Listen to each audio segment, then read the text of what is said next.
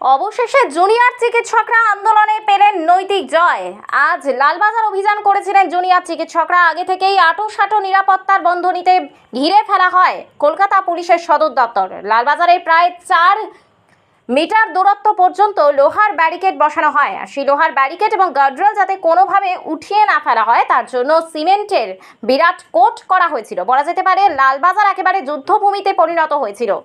লালবাজারের বিভিন্ন প্রান্তে বিশাল সংখ্যক পুলিশ বাহিনী মোতায়েন করা হয়, প্রায় 2000 পুলিশ বাহিনী মোতায়েন করা হয়। এছাড়া কমব্যাট ফোর্স, র্যাব এবং নিরাপত্তা বাহিনীর কড়া বন্দোবস্ত ছিল। রাজ্য পুলিশের উচ্চপদস্থ আধিকারিক থেকে কলকাতা পুলিশের উচ্চপদস্থ আধিকারিকরা উপস্থিত ছিলেন এই লালবাজার অভিযানের আগে। জুনিয়র চিকিৎসকরা কথা মতোই দুপুর 1টা নাগাদ বেরিয়ে পড়েন। 2রা September West Bengal junior doctor ফ্রন্টের পক্ষ থেকে মিছিলের আয়োজন করা হয়, যার স্থান হয় কলেজ স্কোয়ার থেকে লালবাজার পর্যন্ত। এই লালবাজার অভিযানে মূলত দাবি অভয়ের ধর্ষণ খুনের প্রমাণ লোপাটে পুলিশের সক্রিয় ভূমিকা এবং 14ই আগস্ট রাতে পুলিশের নিষ্ক্রিয়তা, তার ফলে আরজি করের পরিকল্পিত গুন্ডা আক্রমণে সফল হওয়ার পিছনে কলকাতা পুলিশের জড়িত। কলকাতা পুলিশের ব্যর্থতার দায় নিয়ে কলকাতা পুলিশ কমিশনার বিনীত গোয়েলের পদত্যাগের দাবি জানান তারা এই লালবাজার অভিযানে। এদিন কলকাতা পুলিশ তাদের সঙ্গে সমঝোতা করার চেষ্টা করলেও তারা স্পষ্ট জানান পুলিশ তাদের কথা রাখেনি।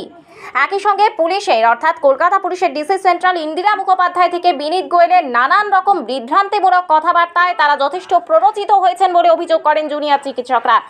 যদিও এদিন জুনিয়র চিকিৎসকরা কোনো রকম ধুন্ধুমার কাণ্ড বাধাননি, শান্তিপূর্ণভাবেই আন্দোলন করেন তারা। কলেজ স্কোয়ার থেকে বউবাজার পর্যন্ত নিরাপত্তার বিরাট বেষ্টনী তুলে দেওয়া হয় পুলিশের পক্ষ থেকে। আর এই জুনিয়র চিকিৎসকরা এদিন আন্দোলনে শান্তিও বজায় রাখেন।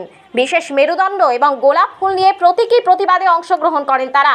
কোনো রকম হিংসা নয়, বরং অহিংসতার মধ্য দিয়ে তাদের এই আন্দোলন এগিয়ে যাবে বলেও জানিয়েছিলেন জুনিয়র চিকিৎসকরা। কলকাতার বিভিন্ন মেডিকেল কলেজে পাঠরত জুনিয়র চিকিৎসক থেকে শুরু করে বিভিন্ন জেলা থেকে অসংখ্য জুনিয়র চিকিৎসকরা অংশগ্রহণ করেছিলেন এই মিছিলে। কয়েক লক্ষ জুনিয়র চিকিৎসকদের এই প্রতিবাদ কার্যত ইতিহাস সাক্ষী হয়ে রইল। আর এই প্রতিবাদের মধ্যেই এসেছে বড় খবর। গ্রেপ্তার হয়েছেন আরজি করের প্রাক্তন অধ্যক্ষ সন্দীপ ঘোষ। টানা 22 দিন তাকে মুখোমুখি বসিয়ে জেরা করা হয়। অবশেষে গ্রেপ্তার হয়েছেন সন্দীপ ঘোষ। তা স্বাভাবিকভাবেই নৈতিক জয় বলছেন জুনিয়র চিকিৎসকরা। তারা বলছেন পুলিশ কথা শোনেনি, কিন্তু সিবিআই কথা শুনেছে। অবশেষে গ্রেপ্তার হলেন সন্দীপ ঘোষ। স্বস্তির নিঃশ্বাস ফেলছেন তারা। একই সঙ্গে সন্দীপ ঘোষের এই গ্রেপ্তারিকে নৈতিক জয় বলছেন তারা। পুলিশের ব্যর্থতাকেও চোখে আঙুল দিয়ে দেখিয়ে দিচ্ছে সন্দীপ ঘোষের এই গ্রেপ্তারি, এমনটাই অভিযোগ করছেন। এবার বিনীত গোয়েলের পদত্যাগেরও দাবি করেছেন তারা। সেই সঙ্গে ডিসি সেন্ট্রাল ইন্দিরা মুখোপাধ্যায়ের পদত্যাগেও দাবি করেছেন জুনিয়র চিকিৎসকদের এই সংগঠন। জুনিয়র চিকিৎসকদের এই মিছিলে যদিও দেখা যায়নি কোনো রকম সিনিয়র চিকিৎসককে। Bureau report, royal Bangla.